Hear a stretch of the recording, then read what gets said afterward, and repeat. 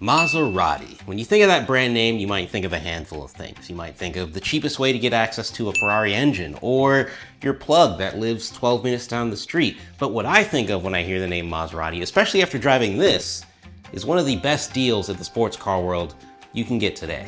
Some would say there's no better feeling than buying that sports car or supercar you always wanted, but what tops that feeling for me is getting a great deal on that sports car or supercar you always wanted. And that's what this video is all about.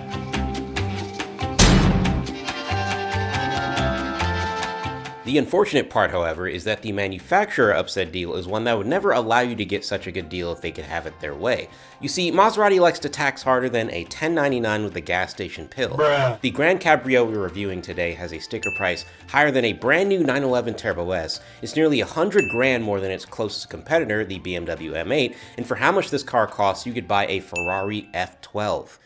But should you? No, please don't do that. There's absolutely zero justification to spend $230,000 on a Stellantis half-breed, even if it does have 540 horsepower. But before we get into how good this car actually is, which is pretty good, I think we should dig into the why. Why does Maserati think they can get this over on people in the first place? But before that, yes, I know you're seeing this shirt, how well it fits on me. This is Cars with Miles merch. We have a few more designs like this, link in the description. Definitely check it out if you want to look as good as me and support the channel at the same time. Once upon a time, Maserati was truly respected and known as a luxury brand. And something I learned from my last Maserati video is that overseas, you could customize a Maserati the same way you would a Bentley or Porsche with tons of bespoke options. And Maserati used to have S-tier engine credibility too. Before they were bought out by Stellantis, they had an engine sharing relationship with Ferrari, which allowed for a less expensive way to experience some of the best performance engines on Earth.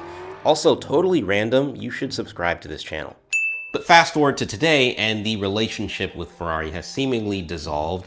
The influence of the parent company Stellantis is more apparent than ever, and the prices are still nastier than those leftovers in the back of your fridge. You should probably take those out.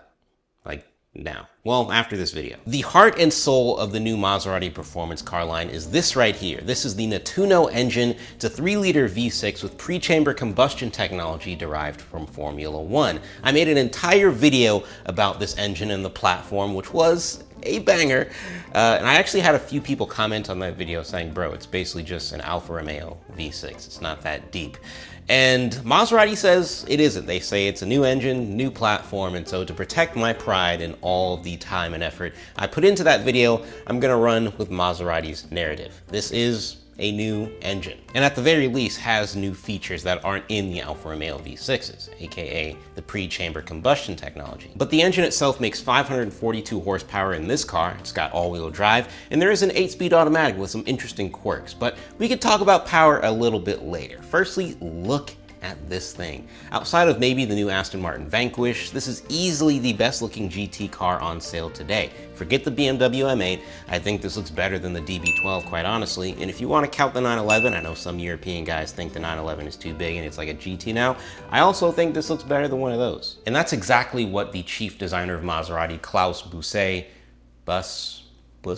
I'm not sure, was going for when he designed this car. The thing that the previous generation GT nailed was proportions and body lines. And even in convertible form, this car maintains that absolutely beautiful shape. With cars like the Revuelto and the M3 and all these new cars with all these hard, jagged body lines, it's actually really refreshing to see something with that old school Pininfarina style, smooth elegance.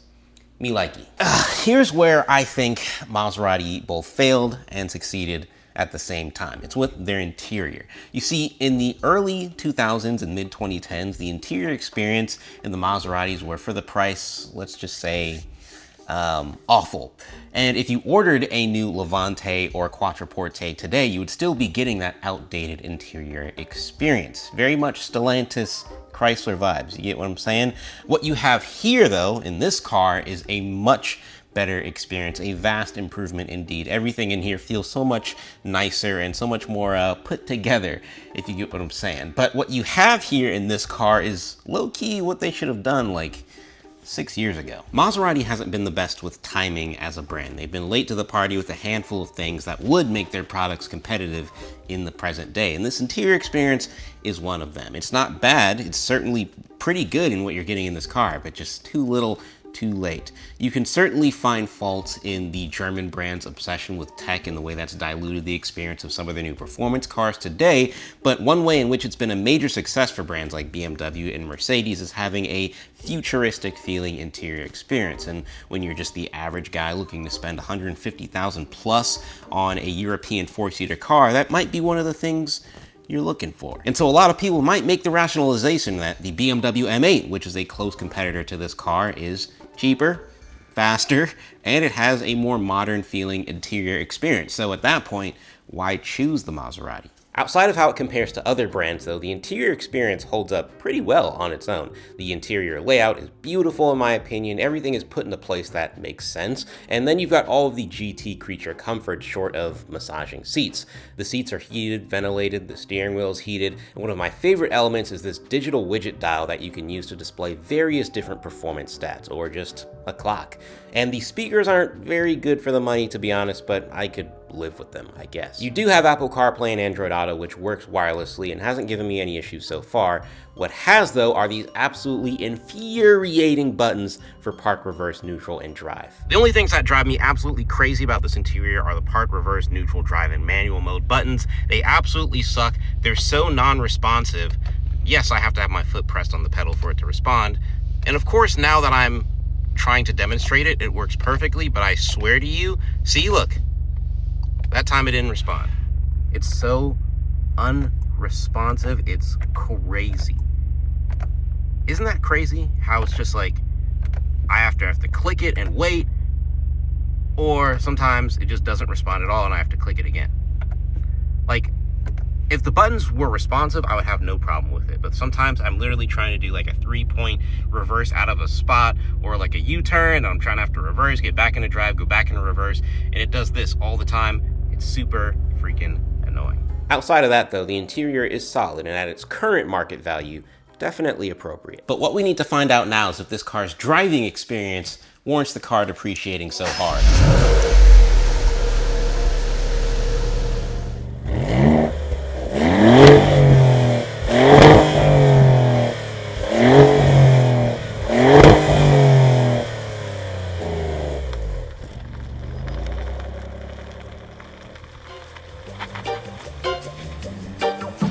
The GranCabrio Trofeo is essentially just an open-top version of the Gran Turismo Trofeo, which is a GT car I absolutely love. And the number one thing I look for when driving a convertible version of a performance coupe is seeing the ways in which the decreased rigidity has any effects on the overall dynamism of the car. And I'm happy to report that overall, on the street, it certainly doesn't. Now, I'm sure if you took this on a track, you'd notice some differences in performance, but that's not what this car is for at all. It's meant to be a super fast GT daily car with above average handling capability and more. I think a lot of people are turned off by the fact that this car has a V6 and a car that costs as much as a Panamera Turbo S.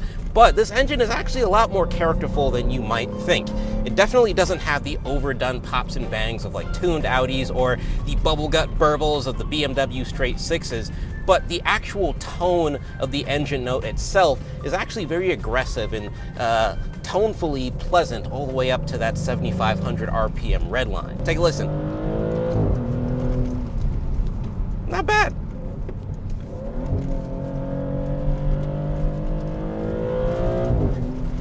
Sounds pretty good. The engine itself makes 542 horsepower, 479 pound-feet of torque, and despite this car being decently heavy at 4,200 pounds, that's enough to get you going when pairing that with the all-wheel drive system.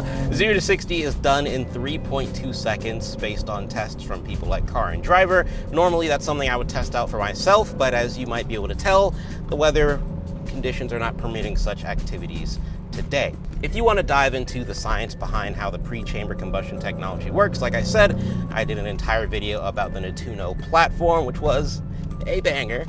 But in terms of how that translates into real-world performance, this is just a very responsive and lag-free twin-turbo setup. You can see on my performance gauge here that it doesn't take very long to get this car going.